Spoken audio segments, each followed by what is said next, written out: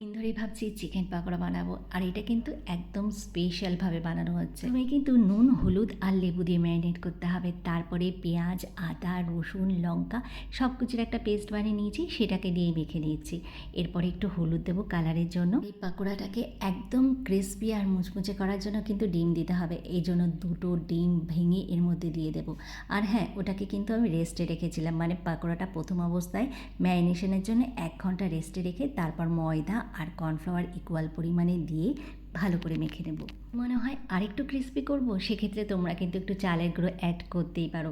সবগুলো মেখে নেওয়ার পর এখানে কিন্তু পকোড়া মশলাটা প্রায় 3 চামচ পরিমাণ দিয়েছি, আর তারপরে দেবো পেঁয়াজ কুচি আর ধনেপাতা কুচি। ব্যাস, একদম জমে যাবে। গরম গরম তেলের মধ্যে এটাকে ভালো করে ভেজে নেব। পারলে তোমরা দুবার ভেজো, তাহলে কিন্তু আরও ক্রিস্পি হবে। দেখতেই পাচ্ছ কত সুন্দর হয়েছে। আর কফি যার সাথেই খাও না কেন একদম জমে যাবে।